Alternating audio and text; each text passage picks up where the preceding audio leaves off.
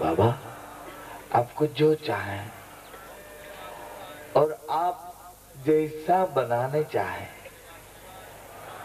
ऐसा अध्ययन, ऐसी पढ़ाई, ऐसी हर विद्या इनमें आप निपुण कर सकते हो बाबा। अब हमारा हिस्सा हम उठा लेते हैं, आप गुरु के चरणों में सौंप देते हैं। बहुत बड़ी अच्छी बात है भैया। गृहस्थी के घर दीकरी आती है तो दीकरी पराई घर की संपदा है, ऐसा हम मानते हैं।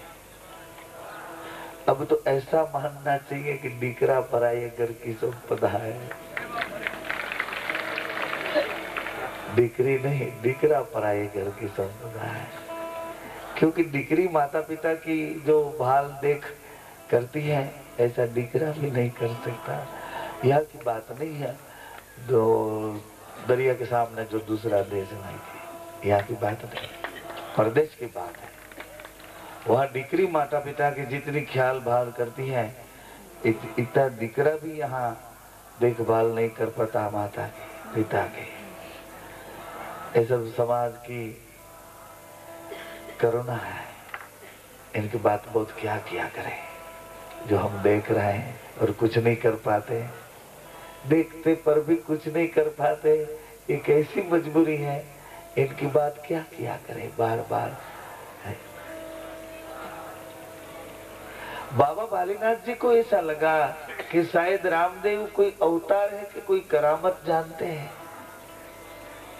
इतने छोटे पल में इन्होंने कितनी करामत दिखाई, या कि अद्भुत अद्भुत, कोई भूत इन्हें न पा सके, भूत इन्हें न समझ सके, ऐसी सब करामत बाबा रामदेव जी राजकुमार की इतने छोटे पल में बाबा सुन रहे थे। आज गुरुदेव को ऐसी भावना हुई, ऐसी इच्छा हुई कि मैं देख तो लूं कि रामदेव कोई राजकुमार है, रामदेव कोई देवी अंश है, रामदेव कोई अवतार है कि कोई करामत करता है, क्या है रामदेव। तो बाबा जी ने इसका परीक्षा किया। छात्र, मुझे थोड़ी जल की प्यास है, जल पात्र में थोड़ा जल लाओगे। भगवान हंसते हंसते गुरुदेव की जो परीक्षा की भावना है इसको पहचान गए और जल्दी से जल पात्र लगे पीछे गए। तो पीछे बावड़ी में देखा तो जल की पाताल तक जल था, जल चमक रहा है। हंसते हंसते भगवान बोले, हे वरुण देव, हमारे गुरुदेव के लिए आपकी जांच करता हूँ, आपकी याचना करता हूँ। इतनी गहराई से थोड़े ऊपर आइए ना, हे जलदेव, इतनी गहराई से थोड़े ऊपर उठे। भगवान इतने बोलने पर पाताल को जल ऊपर आयो और वहां से जल पत्र भर लियो और जल पात्र भर के जल्दी जल्दी से गुरुदेव के चरणों में रख दियो और दोनों हाथ जोड़ के फिर बोलने लगे, भगवान और कोई आज्ञा और कोई हुक्म गुरुदेव। तभी गुरुदेव को पता चला कि ओहो, मैं इनको क्या विद्या पढ़ाऊं, इनको मैं क्या समझाऊं, कौन विद्या की इनमें कमी है जो कि मैं इनको विद्या पढ़ाऊं। किंतु भगवान, आपने गुरुपद को इतनी उच्चतम शुद्ध भावना से गुरुपद की बधाई की है। भगवान, धन्य हो आपका अवतार। गुरुपद की महत्ता तो बहुत बड़ी बात है। राजगादी और जोग गादी दोनों गादी है, एक में नाद का और एक में बुद्ध का परिवार चला आता है। किंतु राजगादी जोग गादी के शरणों में जाके बैठ जाती है, क्योंकि जोग गादी त्याग की है, वैराग्य की है, परमार्थ की है। राजगादी का शासन भी ऐसा ही है, किंतु कभी कभी आवश्यकता रहती है राजगादी को जोग गादी की, क्योंकि जोग गादी के पास तपबल है, तपबल है, इनकी आवश्यकता रहती है। अब बाबा रामदेव जी महाराज, बड़े भाई साहब विरमदेव जी महाराज आश्रम के सब छात्रों के साथ पढ़ने लगे। क्यों? आश्रम की पढ़ाई, महाराज अजमल जी के पास कुछ ऐसी सुविधा नहीं थी कि गुरु जी को वहां से बोला कि इधर पढ़ाई करवा दे, किंतु उन्होंने इन दोनों भैया को गुरुदेव के चरणों में आश्रम पे जाके छोड़े। क्यों? आश्रम की पढ़ाई है वो गुरुगम की है, वैश्विक है, समूह जीवन बहुत बड़ी बात है। सब साथ में मिलजुल के रहना, सब साथ में मिलजुल के खाना पीना और सब साथ में मिलजुल के काम करना, सब साथ में मिलजुल के एक दूसरों से ठीक उपयोगी हो जाना, वो बहुत बड़ी बात है। आश्रम की शिक्षा ही ये बात बता सकती है और कोई शिक्षा में ऐसी बात नहीं है। आश्रम पद्धति हमारे पूर्वजों ने, हमारे ऋषि मुनियों ने ये परंपरा ठीक से बिठाई है, आश्रम परंपरा। देखो राम लक्ष्मण भरत शत्रुघ्न इन चारों भाई भी, महाराजा दशरथ इन चारों भाई को वशिष्ठ गुरु जी के पास छोड़ आए थे ना। ये आश्रम पद्धति एक गुरुगम शैक्षणिक अद्भुत व्यवस्था है। ऐसे भगवान कृष्ण भी सांदीपनि ऋषि के पास पढ़ाई के हिसाब से ठहरे थे। ये कोई अद्भुत पद्धति है गुरु लोगों की, और जो उन्होंने तपस्या की है, उन्होंने जो सिद्धि प्राप्त की है। देखिए रामा अवतार में भगवान राम का अवतरण, माता पिता की तपस्या, दशरथ महाराज और महारानी कौशल्या, कैकेयी सुमित्रा, इनकी तपस्या। कौन सी तपस्या? पुत्रेषणा के लिए इनकी याचना इतनी तपस्या हो गई, याचना पुत्रेषणा के लिए। इनमें गुरुदेव ने साक्षी पूर दी। श्रृंगी ऋषि बुलवा गए, यज्ञ नारायण पुत्र कामेष्टि यज्ञ की आहुति होने लगी। इन सब व्यवस्थाओं के बीच में, इन सब पुरुषार्थों के बीच में, इन सब शुभ कामनाओं के बीच में एक यज्ञ का प्रसाद मिल गया, और उन यज्ञ के प्रसाद से ये चारों भाई रघुवंश में इनके कुल दीपक होके आ चुके। भगवान राम, लक्ष्मण, भरत, शत्रुघ्न, इन चारों भाई में से गुरु घर में जो पढ़ाई हो रही थी, उनमें गुरुदेव ने देखा कि ये जो पढ़ाई है राम की, वो तो कोई अद्भुत मर्यादा से है, अद्भुत मर्यादा से। लखन भी कुछ कम नहीं, भरत भी कुछ कम नहीं, शत्रुघ्न भी कुछ कम नहीं, किंतु गुरुदेव ने अपनी सब सिद्धियां, सब तपस्या, सब उपासनाएं भगवान राम जी को समर्पित कर दी। गुरुदेव ने समर्पित कर दी। देखो मेरी बात क्या कहना जा रहा हूं। फिर गुरुदेव ने सोचा कि मेरे सर की तपस्या और भी है किसके पास? मेरे सामने वैर वृत्ति से रहते हैं, ऐसे विश्वामित्र के पास भी ऐसी तपस्या है, वो भी मेरे राम को मिलनी चाहिए। या कि मेरे राम इन तपस्याओं से, इन सिद्धियों से भर जाए, और भर जाने के बाद जो कार्य करने के लिए उसका अवतार हुआ है, वो कार्य ठीक से आसान हो जाए। इसलिए वशिष्ठ गुरु ने भगवान राम को ऐसी शान इशारत कर दी कि तुम विश्वामित्र के भी हो जाओ राम, जैसे मेरे हो गए ना ऐसे इनके भी हो जाओ। वशिष्ठ गुरु जी ने आज्ञा दी। उन टाइम दशरथ महाराज विश्वामित्र को राम लखन देते, नहीं तो देने के ना बोल रहे थे, तो नहीं देंगे हम, तुम तो कितने स्वार्थी हो, हम चौथेपन में ये पुत्र रत्न पाए तो वो भी देख नहीं सकते हो, वो भी मांगने आए हो, अभी ये राक्षसों के साथ हमारे छोटे छोटे बालक क्या करेंगे? ऐसी भावना पिता की होती है। वहाँ पितृ हृदय है, राजन हृदय नहीं है। राज धर्म है तो वहाँ ऐसी कोई बात आती नहीं है, वहाँ पितृ हृदय हो गया कि हमारे छोटे छोटे बच्चे हैं। अगर राज धर्म होता है तो वो बात अलग है, वहाँ पितृ हृदय नहीं आता है, वहाँ कानून के हिसाब से जो होता है वो होता ही है। तो फिर गुरुदेव ने आज्ञा दी कि महाराज ये राम लखन भरत शत्रुघ्न आपको कैसे मिले? बोले यज्ञ का प्रसाद है। तो अब ये ऋषि मांगने के लिए आए, तो किसके लिए मांगने आए?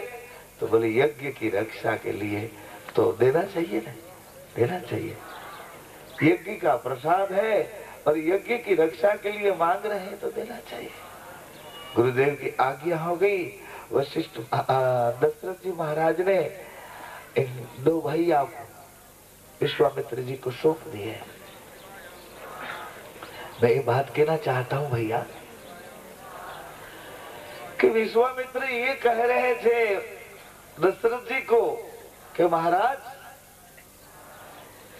आपकी ये भूमि पर हम तपस्या यज्ञ कर रहे हैं, उपासना साधना कर रहे हैं और हमें कितना कष्ट है वो देखने के लिए राजन होके राज धर्म है आपके पास, तो आपको वहां तक आना चाहिए। आप राज धर्म भूल गए तो मैं वहां से आपके पास मांगने के लिए आया हूं और वो देना भूल जाओगे तो क्या होगा आपका? अपने राज्य में कोई साधु संत, कोई तपस्वी, कोई साधक साधना तपस्या कुछ कर रहा है तो राज धर्म है, वहां जाके देखना चाहिए कि बाबा आपको कुछ कष्ट है, आपको कुछ सुरक्षा चाहिए, आपको कुछ सुविधाएं चाहिए, ऐसा देखना चाहिए। देखना चाहिए। आप जहां पर हो वहां कोई ऐसी प्रवृत्ति चल रही है जो परमार्थ की प्रवृत्ति है, तो वहां जाके देखना चाहिए कि हम कुछ योगदान कर सके, हम इसमें कुछ सहयोग कर सके। ऐसा देखना वो अपनी मानवता है, ये अपना खुद आत्मधर्म है, देखना चाहिए। उसके ऊपर उपकार नहीं करना। कुछ चाहिए तो मैं दे दूं, ऐसा नहीं। हम कुछ सेवा कर दें, ऐसा कहना। इनसे क्या होता है, उनसे क्या होता है, वो देखना नहीं। आप रोटी खिलाते ही हो तो फिर क्यों आसानी से नहीं खिलाते हो, भाव से नहीं खिलाते हो? रोटी खिलाते हो, प्रसाद दे रहे हो, भाई क्या चाहिए बाबा, और थोड़ा दो, बड़े प्रेम से खाओ, बड़े प्रेम से तृप्ति करो, ऐसा कहना चाहिए। ऐसा नहीं खाना तो खाना नहीं, ऐसा नहीं। अरे उठ जा, खाना है तो खा जल्दी, क्यों बिठाई कब्र में, ऐसा गड़बड़ नहीं करना चाहिए। ऐसी अनजाने पने में गलती नहीं करनी चाहिए। तुम कहाँ खिलाते हो? तुमने कहा ये अनाज तो भगवान ने बारिश दिया है, बारिश की वजह से सृष्टि ने एक कण से अनेक कण बनवा के दिया और उन कणों में किसी का हिस्सा है और तुमको भी पता नहीं किसने बोया है, किसने इनको ठीक से संभाल के खेतों में से दुकानों तक पहुंचाए हैं और कौन जाके व्यापारी के पास लेके आया है, किसने पीसा है, किसने उसकी रोटी बनाई है और रोटी बना के यहाँ रखा तो किसी ने उसको परोस दिया और किसी ने खा लिया, तुमको कहाँ पता है। किंतु ऐसा होना चाहिए, खाओ भैया, प्रेम से खाओ, ये भगवान का ही प्रसाद है, भगवान भेज रहे हैं। हम तो बीच में यहाँ से उठा के आपके तक पहुँचाने के कष्ट सेवा के रूप से कर रहे हैं, हमारा कुछ नहीं। खाइए बड़े प्रेम से। माताओं, मित्रों, मैं सुनता हूँ आपको कुछ कष्ट भी है, क्योंकि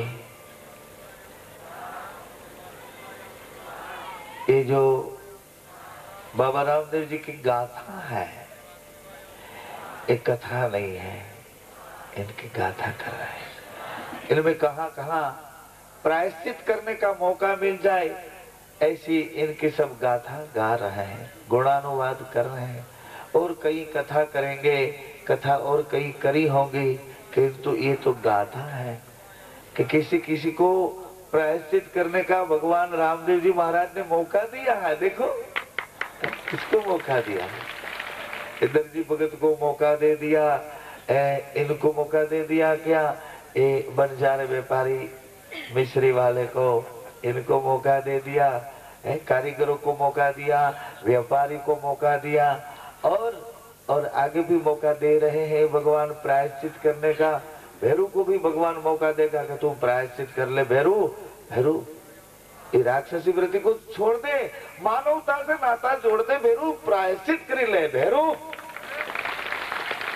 अरे भैरू, प्रायश्चित करने का ये मौका है भैरू।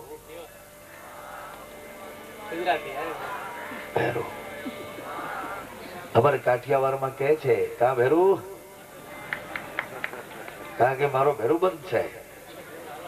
ભેરું प्रायश्चित करने का मौका दे रहे हैं, इनकी गाथा हम गा रहे हैं भैया। ये कोई कथा, अरे कथा कहने वाले हम कौन है भैया? कौन कथा कहने वाले? एक छोटी चिट्ठी में हमारे महाराज दीप सिंह जी महाराज ने एक प्रश्न मेरे को पूछ लिया। उसमें उन्होंने कहा कि शायद बाबा रामदेव जी, अरे महाराजा अजमल जी द्वारिका के पंथ पे चले तो ऐसे ऐसे चले, तो वो कब चले थे? बहुत अच्छा प्रश्न है। और दूसरा प्रश्न ये भी पूछ लिया कि 1461 के साल में वसंत पंचमी को भगवान प्रकट हुए, तो ये कौन आधार से ये बात की है? वो भी बहुत अच्छा प्रश्न है, किंतु ये हिस्ट्री का प्रश्न है। हिस्ट्री, पुराने घरानों में 12 लोग वंशज हिस्ट्री रखते हैं, और उनमें भी कई शाखा प्रशाखा हो जाती है। कोई एक हमारे पूर्वज यहाँ से प्रस्थान करके दूसरी जगह जाते हैं, यहाँ से प्रस्थान करके हुडू कश्मीर जाते हैं, तो वहाँ की उत्पत्ति कथा और ये पोखरण की उत्पत्ति कथा जिनके दिमाग में भगवान ने जैसी जैसी प्रेरणा कर दी, वैसो इन लोगों ने भाव इतिहास लिख दी। और भाव इतिहास लिख दी, इतिहास में भी भाव, हृदय के भाव आ जाते हैं तो भगवान इसको लिखवा देते हैं। किंतु जो सही इतिहास है वो ढूंढना बहुत मुश्किल है। क्यों? ये वंशज इतिहास है। वंशज परंपरा है, वो अपनी प्राइवेट है, हर इंसान इनको नहीं जान सकता है। इनके वंशजों की परंपरा है, तवर वंश है। हमने सूर्य वंश, उसमें रघुकुल को देखा, कैसे शास्त्रों के माध्यम से। हम कहाँ गए थे उधर? हमारे पूर्वज लोग थे, उन्होंने शायद देखा होगा। हमारे पूर्वज लोग थे, शायद राम की सेना में बंदर होके गए होंगे। क्यों शर्मिंदे लगते हो? अपन राम की, भगवान की सेना में बंदर होके हमारे पूर्वज लोग गए होंगे। ऐसे कृष्ण भगवान की सेना में, कृष्ण भगवान की सेना कौन सी थी? अरे इनकी सेना झगड़ा करने वाली नहीं थी, इनकी सेना तो प्रेम की थी। प्रेम ही केवल, प्रेम का ही साम्राज्य, प्रेम का पूर्ण स्वरूप ही कृष्ण। इनकी सेना थी गौवा, इनकी सेना थी गोपियां, इनकी सेना थी इनके प्यारे भक्तजन। इनमें भी कहीं हमारे पूर्वज लोग गए होंगे। तो बाबा रामदेव जी के साथ कैसे आए? भगवान शिव जी के साथ भूत प्रेत बन के कोई गए होंगे हमारे पूर्वज। एक भूत, कोई 2 भूत, कोई 3 भूत, 4 भूत, हम तो 5 भूत लेके खड़े हैं। ये 5 भूत का शरीर है। एक भूत है तो एक भूत की करामत दिखाता है, 2 भूत है तो 2 भूतों की करामत दिखाई देता। ये तो पूरा 5 भूत है। आंख से भी झगड़ा कर देता है, कान से भी सुनी सुनाई करके झगड़ा कर देता है, स्वादों से भी झगड़ा कर देता है, वाणी विकारों कर लेती है। इसे 5 भूतों के साथ फाइट करना बहुत मुश्किल है। हम अकेले और इन लोग 5, और रात दिन इनके साथ फाइट करना। बैठे तो बोले चल, चले तो बोले बैठ, खाए तो बोले चल पी ले, पिया तो बोले सो जा तो बोले उठ जा। ये 5 आपस में फाइट करते और अपन अकेले इनके पीछे पीछे चले जाते हैं। आंख बोले अभी देख लियो बहुत, चल अब सुन लियो, बोल बहुत सुन लियो, चल अभी खा ले। अरे मर गया खा के, तो कितनों खायो, कोई बात नहीं, खा के कितनों खा लियो, बाप रे बाप, पूरे ट्रक अनाज खा लियो, कितनों अनाज खायो। कितनी गाली खाई, कितने धक्के खाए, कितनी निराशा हताशा खा ली। कोई बोले ना क्या हुआ, तो बोले धक्का खा के आया हूँ। रामदेव रे गया कि तू धक्का खा के आया हूँ। उधर तो कुछ नहीं था, बाबा गड़बड़ कर रहा था और मिट्टी लगा रहे थे, धक्का खा के आया। अरे भाई धक्का खाने आए तो धक्का ही खाएगा ना, और कुछ खाने का नहीं, इधर बहुत खाने का है। अरे प्रभु का प्रेम का प्रसाद है, खा ले, खा ले, दिल भर के खा ले, जी भर के खा ले। इनको प्रेम यहाँ बंटवार हो रहा हो, इन स्वाति को नक्षत्र ही बरस रहो है। नाले जी चाहे इतनो नाले, खा ले जी चाहे इतनो खा ले।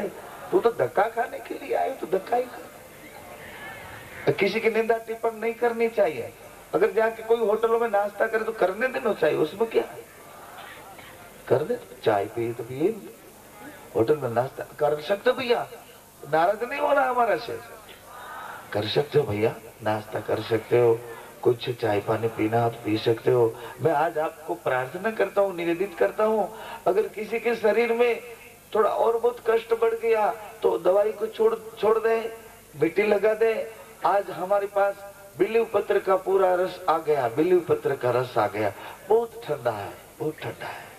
हम तो सोचते थे कि 7 दिन में शायद ये कष्ट को इनमें से मुक्त हो जाए, क्योंकि जल्दी से जल्दी कुछ नहीं होता। कितने टाइम का ये दर्द है, कहां से जुड़ा हुआ, कहां से लगा हुआ, कैसे उसको आपने विकृत कर दिया है, कैसे बिगाड़ा, वो तो बात नहीं बताया। नहीं ना, हम तो कहीं, हम तो नहीं थे। हम, अरे तुमने नहीं बिगाड़ा तो कैसे हो गया है? हम ना, मैं तो उधर गया ही नहीं था। ऐसा नहीं, कोई फोली होता है ना, कोई फोली शरीर में होता है छोटी मोटी, तो पहले इनका प्रोग्राम चलता है अंदर, चामड़ी के अंदर। वो लोग सब मिलते हैं कि इसको यहाँ से फोली बनवा के मैं निकल जाऊं, सब बोले निकल जाए चलो।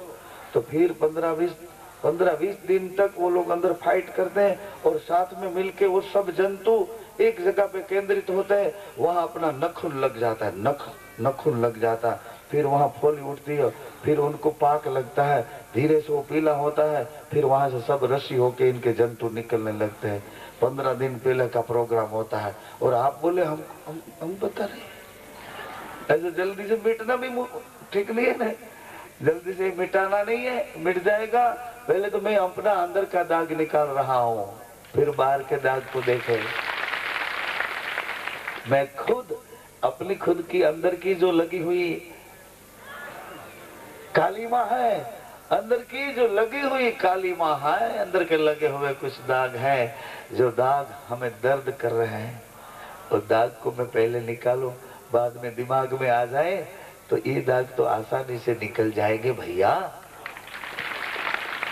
ये दाग निकालना बहुत मुश्किल है। ये दाग में क्या है, ये दाग तो विकृत शरीर, अगर तो विकृत आहार की परिस्थिति में से पैदा हो चुका है, अगर किसी के दोस्त से पैदा हो चुका है। मैंने सुना है बचपन में, मनु भाई ने बचपन में सुना है, एक 4-5 लड़के जुआ खेल रहे थे, तो एक लड़के ने उसके साथ बनावट कर दी, तो वो सब लोग हमारे मंदिर आए, बोले इसने मेरे साथ कपट कर दिया, गलत व्यवहार कर दिया, बाबू तुम सही बता दो।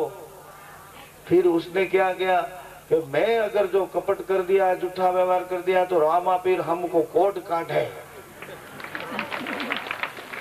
मैं सही कहता हूँ, एक दूसरों से फाइट करते तो क्या करते, हमारे साथ जिन्हें खराब व्यवहार करियो ने रामा पीर कोट काटे। रामा पीर तुम्हारे लिए ये सब काम करने के लिए बैठो, कोट काटने के लिए।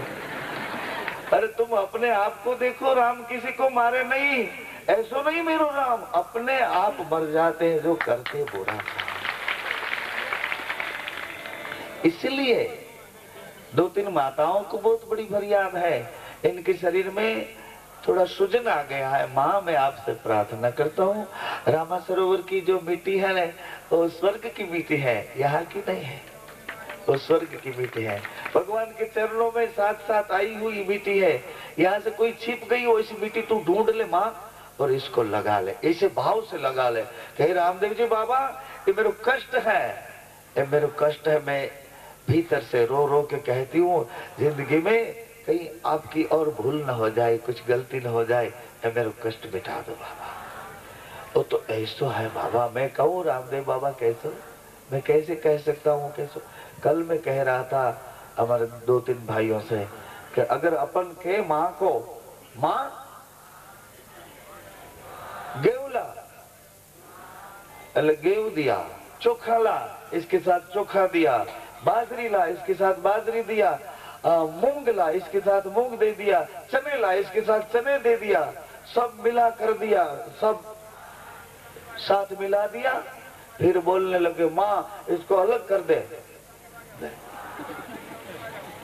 घऊं लाओ, घऊं दीदा, बाजरो एना भेगो, जुवार भेगी, चोखा भेगा, मूंग अड़द બધું ભેગું, પછી આપણે કઈ એને નોખું કરી દે, इसको अलग कर दे।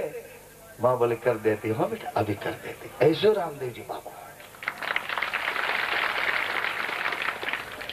तुम बोले ये दो दे दिया, तुम बोले ये दो दे दिया, तुम बोले ये दो दे दिया, अब सब उड़ा दो। तो बोले कोई बात नहीं, उठा देता हूँ। इनकी आंखों में मैं कभी क्रोध नहीं देखा, कभी क्रोध ही नहीं करते। शायद माँ भी कभी कान पकड़ के क्रोध कर लेती होंगी, मगर ये तो कभी क्रोध ही नहीं। और क्रोध करने के बाद वो स्वरूप तो हम देखे ही नहीं, इनको क्रोध करने की आवश्यकता नहीं, क्योंकि इन्होंने परवाना लेके अवतार लिया है। इनके पास अथॉरिटी परवाना है। कैसा कि मैं जहाँ बैठा वहां बैठा रहूंगा और वहां यहाँ से बैठे बैठे हाथ पिसारूंगा और काम कर लूंगा। अगर तुम्हारे कानूनों में, तुम्हारे ईश्वरी तत्व के हिसाब से अवतारों के चरित्र में जो मर्यादा है वो मर्यादा का उल्लंघन हो जाता तो मैं नहीं जाता, मैं तो ऐसा करूंगा। तो सब देवी देवताओं ने बोल दिया कि ऐसा करो, जो चाहे प्रभु आपके दिमाग में आ जाए वैसा कर दो। मक्का मदीना के पीर लोगों बोले हमारे बर्तन नहीं है, तो कोई बात नहीं, हाथ लंबा लिया। ये कोई अचरज है? मर्तलोक में होने वाली बात है, कैसे हो सकती? भगवान ने परवाना लेके ही अवतार लिया कि हाथ लंबाऊंगा, हाथ पिसार के सब कुछ काम करूंगा, अवतारों के चरित्र की मर्यादा जो है वो तोड़ दूंगा। कोई बात नहीं, तोड़ दो। ऐसे हमारे प्रभु हैं, इनकी आंख में कभी गुस्सा कभी क्रोध हम देखे ही नहीं, देखे। हम ये बात को स्वीकृत नहीं करते हैं और स्वीकृत करनी नहीं चाहिए। ऐसा ही भगवान होना चाहिए बाप। ऐसे साधु संत कैसे होते हैं? हमारे पूज्य मुरारी बाबू कहते थे कि साधु संत तो ऐसे होने चाहिए कि अपने पड़ोस के घर में से कोई लड़का छोटा मोटा अपने घर खेलने आया और खेल के फिर वापस इनके घर चला जाता, ऐसे साधु संत आपका घर आ जाते, फिर ऐसे ही निकल जाते, कोई कष्ट दिए बिना चले जाते, वही साधु संत है। ऐसे साधु संत होना चाहिए। इनकी पधरामणी के लिए तो ऐसो करनो, ऐसा नहीं बाबा। साधु तो ऐसे होते कि कब घर आके निकल गई पता भी नहीं चलता। ऐसे निर्मल और ऐसे सहृदयी आत्मीय साधु होते हैं। पड़ोस का जैसे बच्चा खेलने आता अपने घर, उसमें कोई बोझ रहता है नहीं। जैसे पड़ोस में से बच्चा खेलता खेलता अपने घर चला गया, वैसे साधु अपने घर आ जाते हैं और अपन को कुछ दे जाते हैं, फिर चले जाते।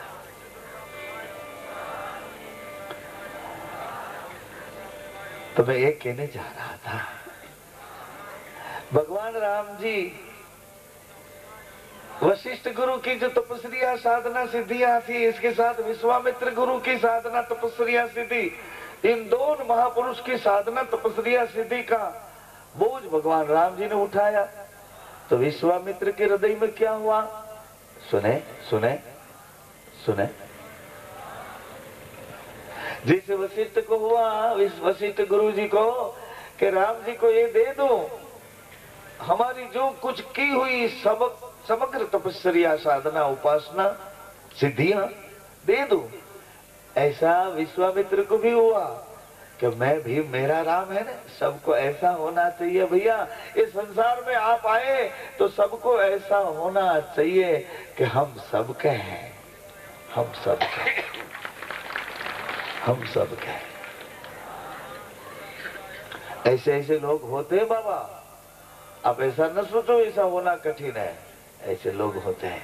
परमार्थ के काम जो कर रहे हैं ना, वो सबके हो जाते हैं, सबके। रात को 12 बजे भी हमारे मनु भाई को कोई फोन मार के, कोई दरवाजे खिटखिटा के बुला लेते हैं, चलो ये आपका काम है, बताइए, चलो। ऐसे धीरे धीरे करते वो सबके हो जाते हैं। एक परमार्थ का घाट है। जीवन ऐसा होना चाहिए, हम सबके हैं, सबके हैं। तो विश्वामित्र के पास राम जी गए तो राम जी को, विश्वामित्र को ऐसा लगा कि राम तो हमारा है। राम जी को लेके गए कहाँ? जनकपुरी में। जनकपुरी में गए तो जनक जी को लगा राम तो हमारा है। जानकी जी को लगा कि ये तो मेरे प्रभु है, मेरे प्रभु है। महेंद्रगिरी पर्वतों पर से परशुराम नीचे उतर आए, खांधे पे कुआरा लेके, परशु लेके। इनको भी लगा कि राम तो मेरा है। अरे एक दिन रावण को भी लग जाएगा कि राम तो मेरे है। पता है आपको, एक दिन रावण माँ सीता से बार बार किया करता था कि हमारी ओर तो देखो। तो रावण को ऐसा हुआ कि शायद राम जी का पोशाक मैं पहन लूं और सीता मेरे सामने देख ले। तो रावण ने राम जी का पोशाक पहनने की शुरुआत कर दी। तो इसके अंदर राम जी आ गए कि मैं राम हूं, और राम हो के मैं ऐसा काम कैसे कर सकूं। रावण ने पोशाक फेंक दिया कि राम नहीं होना है, नहीं होना, क्योंकि राम होने से हृदय भी राम का हो जाता है, रावण का हृदय नहीं रहता राम होने से। ऐसे सबका होना बहुत मुश्किल है भैया, बहुत मुश्किल है। इन सब सिद्धियां, तपस्या, साधनाएं मिला के, इतनी तपस्या साधना सब संत गुरु साहब ऋषि मुनियों ने दे दी, तो पर भी सुने बात है, तो पर भी इन सब साधनाओं को, तपस्याओं को, सिद्धियों को ठीक से जमाने के लिए भगवान राम 14 साल वन में निकले हैं। सीता जी साथ में है, मर्यादा से रहते हैं। इतनी सिद्धियां मिलने पर भी इन सब सिद्धियों को ठीक से भगवान ने स्थिर कर दी। और इसीलिए तो भगवान मर्यादा पुरुषोत्तम विस्फोटीकरण हुए। वैज्ञानिक विस्फोटीकरण कर दिया था रावण ने विज्ञान का। वो बड़ा विज्ञानी था रावण, उसने विस्फोटीकरण कर दिया। कैसा कि हमारा असुरों का ही शासन, हमारा ही शासन होना चाहिए। पुष्टिकरण चल रहा है कि हमारा शासन होना चाहिए। एक दिन जो अपन धोखे में बैठ गए तो शासन शायद हमको भी धोखा दे। हम आपस में जो मिलजुल के नहीं रहे, बाबा रामदेव जी की जो सही बात को हम नहीं स्वीकृत करें, तो सोचना एक दिन हम भी धोखा में आ जाएंगे, धोखा खा जाएंगे। क्यों? रामदेव बाबा की ये कौन सी बात है? इनका शासन है, अभी चल रहा है। पौने 600 साल हुआ और 125 साल तक बाबा रामदेव जी का ही शासन चलेगा। कैसे चलेगा? कैसे चलेगा? हम सब एकता कर रहे हैं। किसकी? ज्ञातियों की एकता कर रहे हैं। यार बाबा रामदेव जी जब उन्होंने एकता की, किसकी? ज्ञातियों की नहीं। सब अपनी अपनी ज्ञाति की एकता ही सोचेंगे तो आपस में वैर वृत्ति बढ़ती रहेगी। बोले मैं प्रमुख होगा, बोले मैं बड़ा होगा, बोले उसका हुक्म नहीं चलेगा, मेरा चलेगा। ऐसे आपस में ज्ञातियों की एकता टूटती जा रही है, टूटती जा रही है। तो रामदेव जी बाबा ने क्या किया? उन्होंने हर ज्ञाति को, 18 आलम को, 18 आलम को, हर ज्ञाति को एकता के रूप में शुद्ध भाव से, पवित्र भाव से, इनके सिद्धांत को ठीक से सोचना भी चाहिए। आओ, आप सब आओ। कैसे? ईश्वरी तत्व से परम सत्य के साथ, धर्म की मर्यादा के साथ आइए, सब आइए। सबके लिए हमारे हृदय में और हमारे ये पटांगण में बिछाई हुई जाजम पे सबको बैठने का अधिकार है। आ जाइए, सब आ जाइए। ये एकता बाबा रामदेव जी की है, एक गत गंगा की एकता है। इनकी बात पीछे करें। अब तो अपन चले थे बालीनाथ बाबा के आश्रम में, जहाँ इन दोनों भैया, दोनों राजकुमार विद्या अध्ययन कर रहे हैं। अध्ययन क्या पढ़ना है, किंतु गुरु सेवा करने का तो मौका मिला है, गुरु आज्ञा को उठाने का मौका मिला है, गुरु वचन पे विश्वास करने का इधर भी मौका मिला है। ये सब अनुभव को ज्ञान कहते भैया। ये सब बात है ना, वो तो इन्फॉर्मेशन में चली जाती है, इन सब माहिती प्रसारण में चली जाती है। जो एक एक कदम उठा के पाँव में ठोकर लगती है और पट्टी बांध के चलता है, इनको पता चलता है कि ज्ञान इसको कहते हैं। अनुभव ही ज्ञान है, अनुभव ही ज्ञान है। बातों सुनने से ही ज्ञान आ जाता है, ऐसा नहीं सोचना। कोई अच्छा बोलने वाला, कोई बहुत बढ़िया चालाक बोलने वाला, इनसे ज्ञान आ जाता है, ऐसा नहीं है। ज्ञान तो अनुभव से आता है। ये सब इंफॉर्मेशन है, माहिती है, माहिती।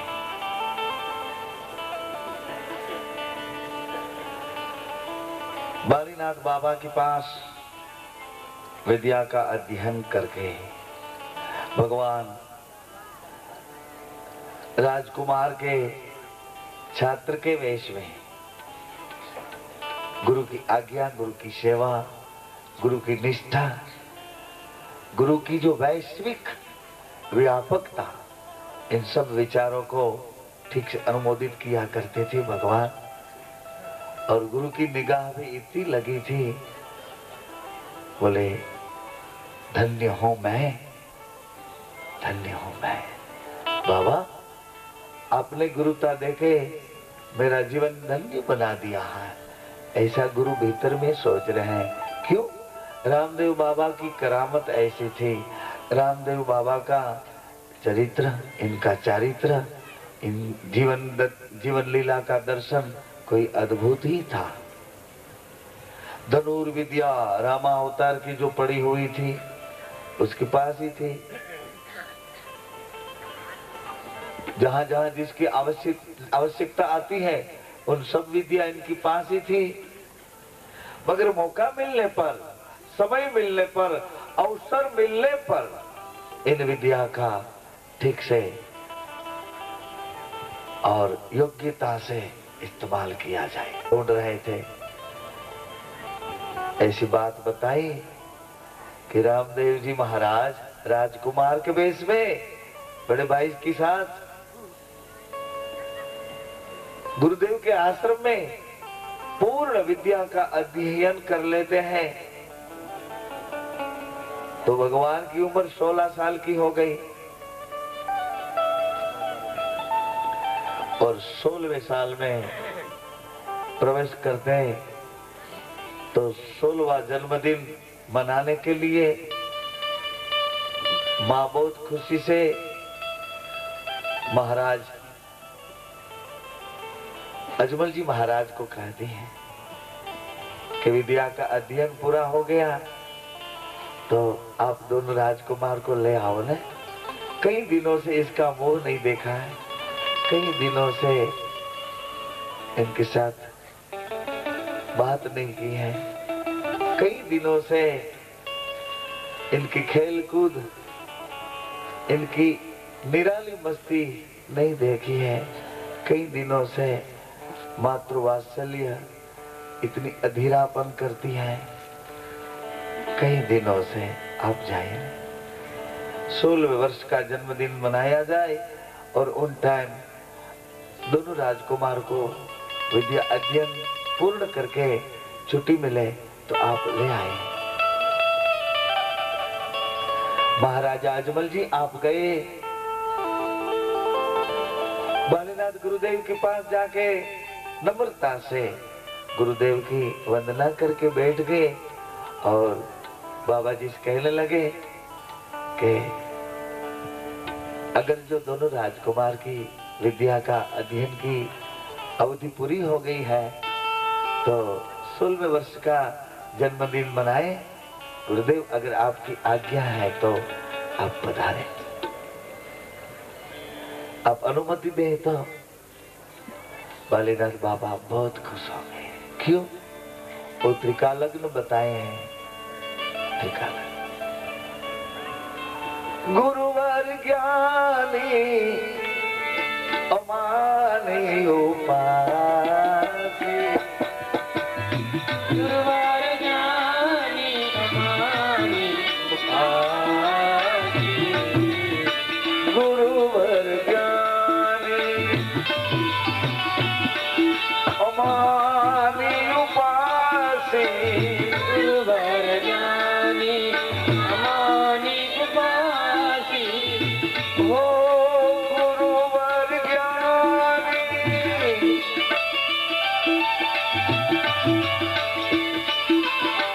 गुरुवर ज्ञानी अमानी उपासी, गुरुवर ज्ञानी अमानी उपासी, शास्त्र पुराण सकल अभियासी, शास्त्र पुराण सकल सरल स्वभावन मन कुटिलाई, सरल स्वभावन मन कुटिलाई, सरल स्वभावन मन कुटिलाई,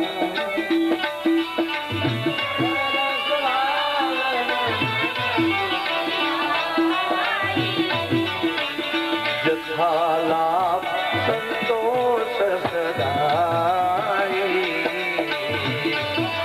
लाभ संतोष सदाई, श्री राम जय गुरु रामा, श्री राम जय गुरु रामा, श्री राम जय गुरु रामा, श्री राम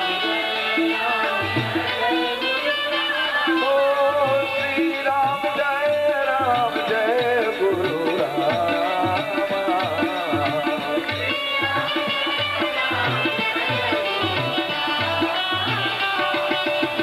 श्री राम जय जय रामा,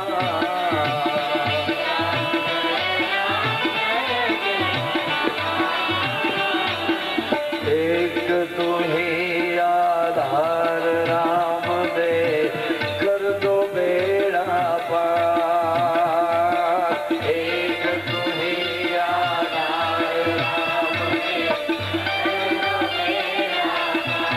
राम दे कर दो बेड़ा पार,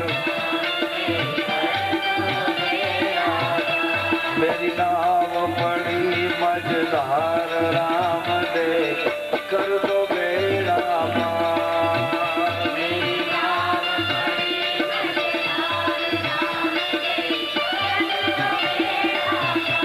राम दे कर दो बेड़ा पार, राम दे कर दो बेड़ा पार, ओ एक तो ही आधार राम दे, एक तो ही आधार राम, ओ एक तो ही आधार राम दे, कर दो बेड़ा पार राम दे, कर दो राम दे, कर दो बेड़ा पार राम दे,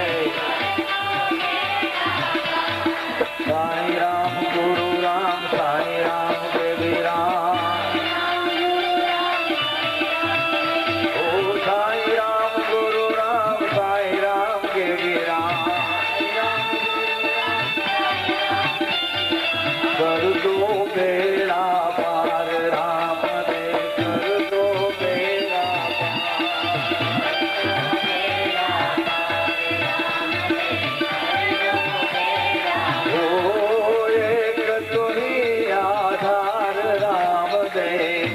एक तू ही आधार राम दे,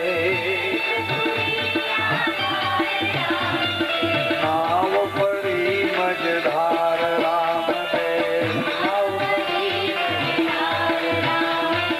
कर दो बेड़ा पार राम दे,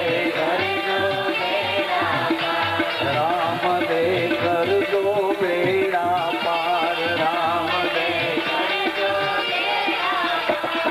साईं राम गुरु राम साईं राम, ओ गुरु राम गुरु राम गुरु राम गुरु राम, सीताराम बाबा राम सीताराम बाबा राम, ओ गुरु राम गुरु राम गुरु राम गुरु राम, एक तेरा आधार राम दे, कर दो बेड़ा पार, एक तेरा आधार राम दे, मेरी नाव पड़ी मझधार राम दे, कर दो बेड़ा पार,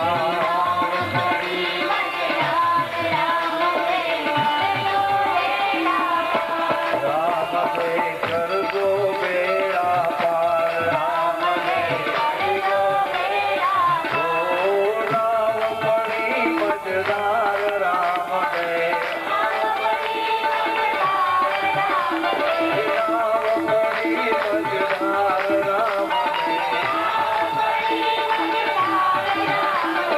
कर दो बेड़ा पार राम दे, कर दो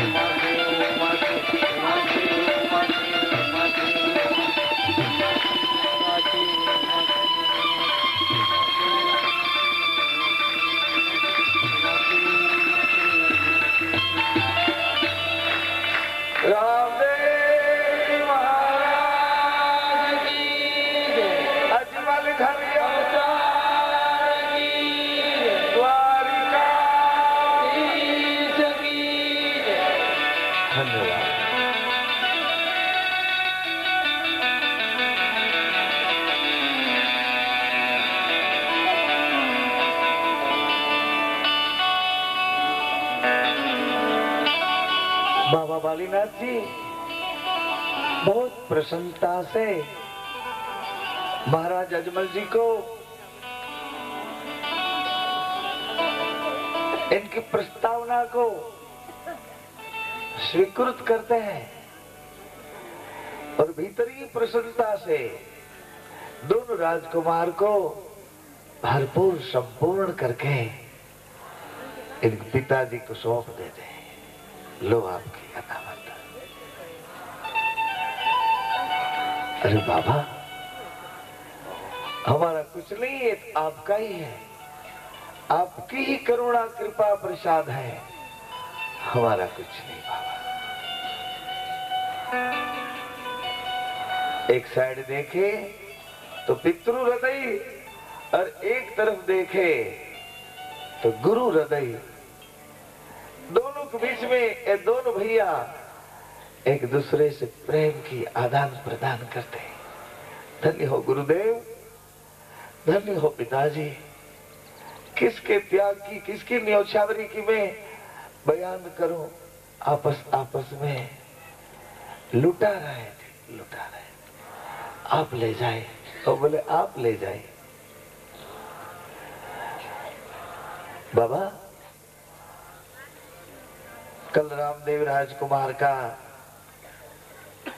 16वें साल का जन्मदिन है। हम खुशी से मनाएंगे और आपकी उपस्थिति में हमारी खुशी बहुत बढ़ जाएगी। और आपकी उपस्थिति में ही ये कार्य, ये उत्सव, ये जन्मोत्सव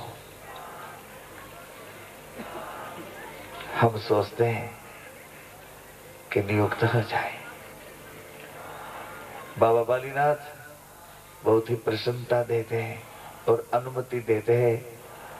दोनों राजकुमार को लेके पिताजी राजभवन आते हैं। माँ दोनों भैया को हृदय लगाती है और भाव अश्रु से भीगी हो जाती है। माँ, कई दिनों से हृदय का बोझ था, आज ठीक से खालीपना हो गया। कल ही उत्सव है, पूरे नगर को सजाया है। मिष्ट भोजन पदार्थ की सुवास चारों ओर फैल रही है। नगरवासी सब खुशी मनाने के लिए उत्सुक हैं। राजवंश के सब बिरादरे, इनकी खुशी की तो क्या बात करो। जिनके हृदय में पिता हृदय है और भक्त हृदय है। एक ओर से पिता है और एक ओर से इनके भक्त है, क्योंकि वो पहचानते थे, इनको भगवान ने दृष्टि दी थी। आहा, कितनी करुणा है। संत सदगुरु परम सतपुरुष अगर जो अपन को दृष्टि दे दे ना भैया माताएं, वो दृष्टि देते तभी अपन इनको पहचान सके, इनको पहचान सके, अपनी दृष्टि से नहीं। क्योंकि अपनी दृष्टि है ये चमड़े की है, चमड़े की आंख चमड़े को ही देखती रहती है, चमड़े की आंख चमड़े का दर्शन करती है। अंतर्दृष्टि है वो आत्म प्रकाश को देखती है। दीर्घ दृष्टि है और सब में मैं हूँ और मैं सबका हूँ, सब मेरे हैं, ये दीर्घ दृष्टि से देखा जाता है। और सब में और मेरे में रहने वाला एक ही है, वो द्वितीय दृष्टि से देखा जाता है, एक है। अरे वो द्वितीय दृष्टि मिल जाने पर भी बीच में साक्षी होना चाहिए, तब वो द्वितीय दृष्टि हमें ठीक से वो दर्शन करा सकती है। चर्म चक्षु है ना भैया, चमड़े को देख रहे हैं चर्म चक्षु से, काला गोला रूप स्वरूप। अंतर्दृष्टि आत्म प्रकाश इनको देख सकती है, अंतर्दृष्टि।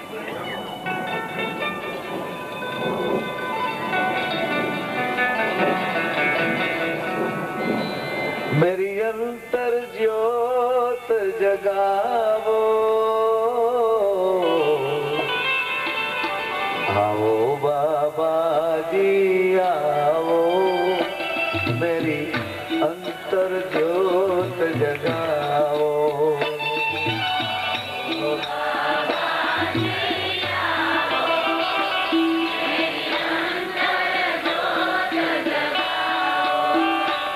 मेरा सोना संगीत बजाओ, मेरा सोना संगीत बजाओ, मेरा सोना संगीत बजाओ, मेरा सोना संगीत बजाओ। आओ बाबा जी आओ, मेरी अंतर ज्योत जगाओ।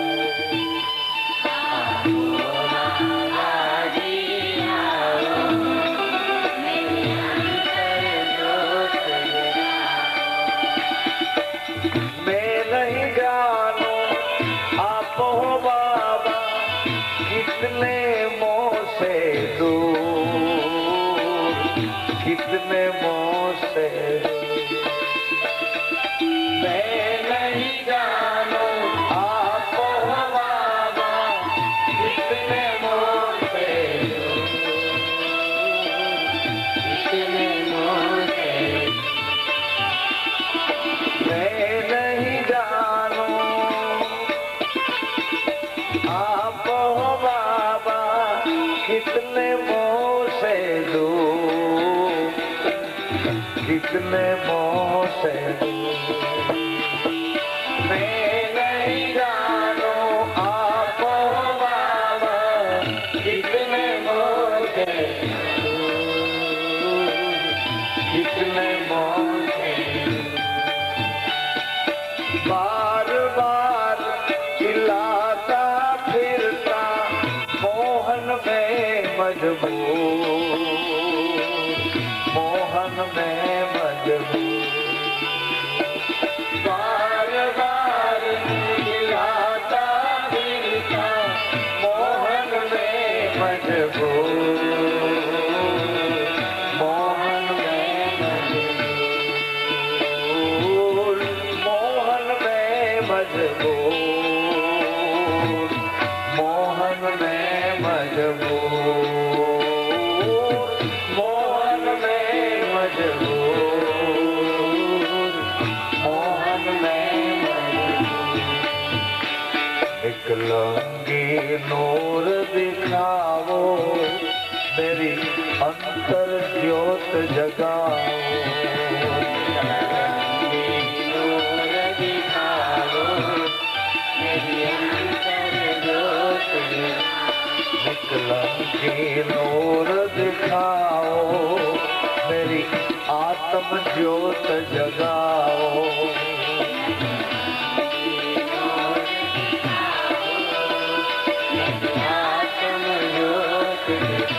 मेरा सोना संगीत बजाओ, मेरा सोना संगीत बजाओ,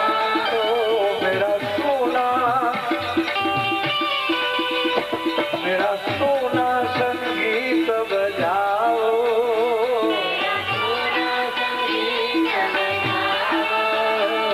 आओ बाबा जी आओ, मेरी आत्म ज्योत जगाओ। बाबा जी आओ, मेरी आत्म ज्योत जगाओ। जन्म जन्म की प्यासी धड़कन इंतजार है तेरी, इंतजार है तेरी। जन्म जन्म की प्यासी धड़कन इंतजार है तेरी, इंतजार है। ओ जन्म जन्म की प्यासी धड़कन इंतजार है तेरी, इंतजार है। जन्म जन्म की प्यासी धड़कन इंतजार है तेरी, इंतजार है। अजमल के नंदा मेरा देख लाला, बाई ग्रहो अब मेरी, बाई ग्रहो अब मेरी।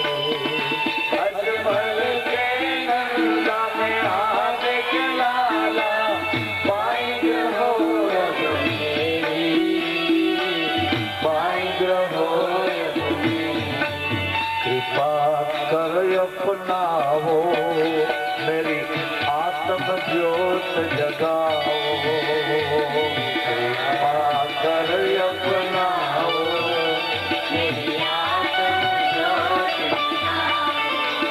मेरा सोना संगीत बजाओ, मेरा सोना संगीत बजाओ।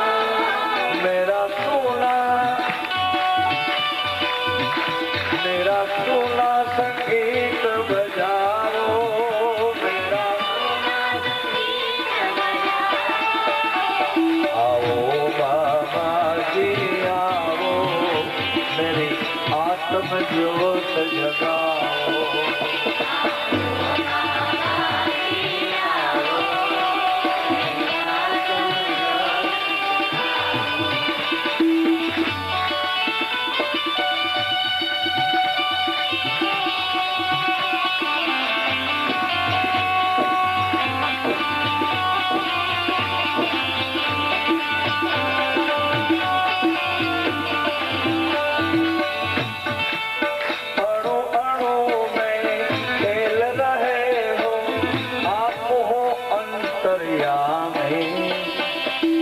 आप हो अंतर्यामी, अणु अणु में खेल रहे हो। आप हो अंतर्यामी, आप हो अंतर्यामी। अणु अणु में खेल रहे हो। आप हो अंतर्यामी, आप हो अंतर्यामी। अणु अणु में खेल रहे हो।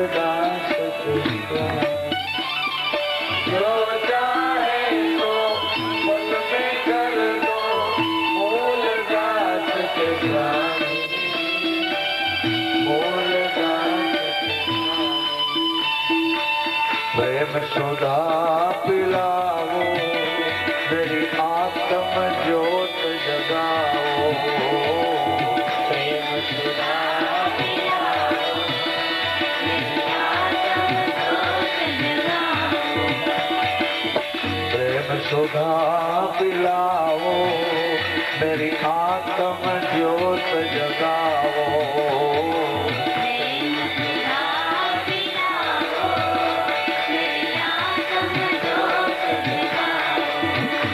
मेरा सोला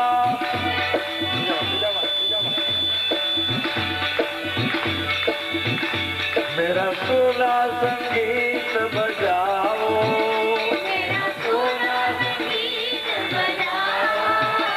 जरा धीमा मेरा सोला संगीत बजाओ।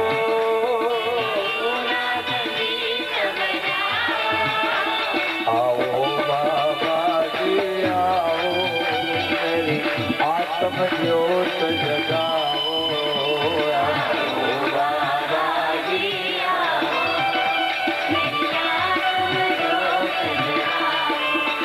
मेरा सोना संगीत बजाओ, हो मेरा सोना संगीत बजाओ।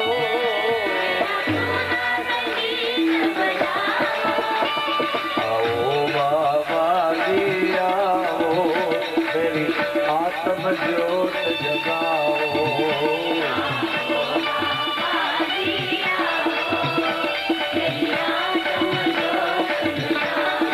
आत्म ज्योत जगाओ, मेरी आत्म ज्योत जगाओ, मेरी आत्म ज्योत जगाओ।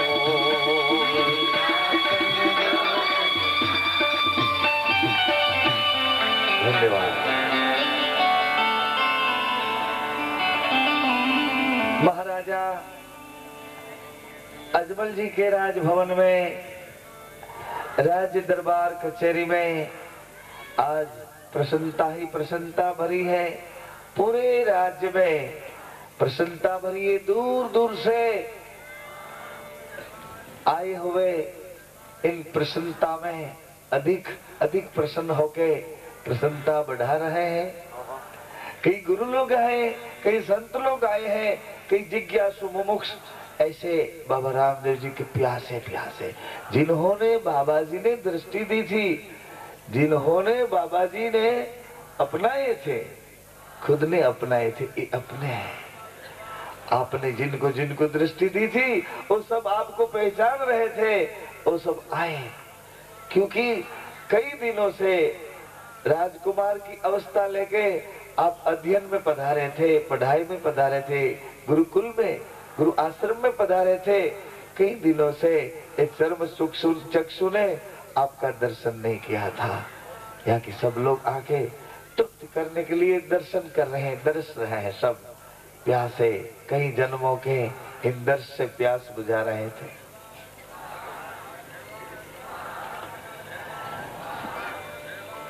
मंगल अवसर पर आए हुए सब रिश्तेदार, परिवार, कुटुंबीजन, अधिकतर स्नेही, संबंधी, अन्यतर परिजन, ऐसा सुंदर मेला लगा था। कभी लोग आए थे, बंदीजन आए थे, सब अपने उचित स्थानों पर बैठे थे। आचार्य गण आया था, विद्वान योग्यतम सब आए थे, नगरजनों भी आए। इतने में कभी लोग बिरदावली करने लगे, कभी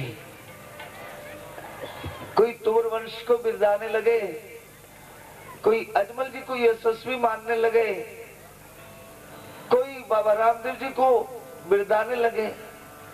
सब अपनी अपनी भावनाएं व्यक्त करने लगे।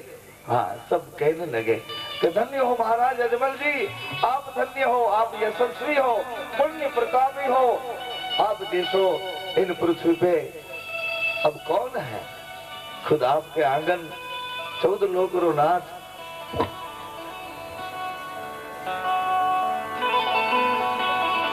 कुल दीपक हो गए, तुमर वंश की श्रेष्ठता को शोभा दे रहे हो।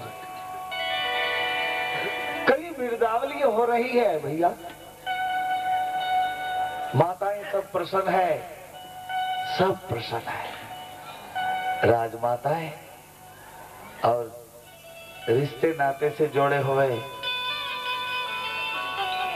सब बहुत प्रसन्न है, क्योंकि सबको राम देव प्रिय है, सबको बहुत ही बहुत प्रिय। सब सोचते कि हमारो ही है, हमारो ही है, सब सोचते हैं। कोई ऐसा नहीं सोचते कि इनका डीकरा है, इनका पुत्र है।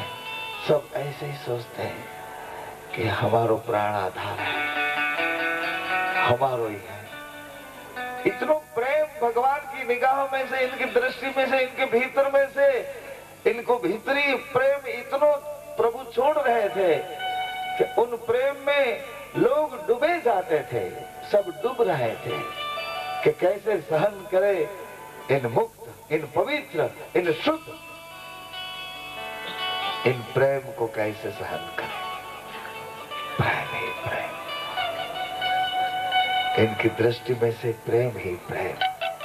प्रभु भी सबको अपने ही मानते हो गए, वो भी सबको अपने ही मानते हो, तभी तो लोग इनको अपने माने नहीं। जो कुछ देते हो वैसा ही लेते हो। अगर भलाई देते तो भलाई मिल जाएगी, बुराई दो तो आगे जाके आपको भी, फिर आप सोचो कि ये कहां से आई, कहीं किसी को दी होगी भैया, तभी तो आई है। ऐसे प्रेम प्रदान कर रहे हैं प्रभु।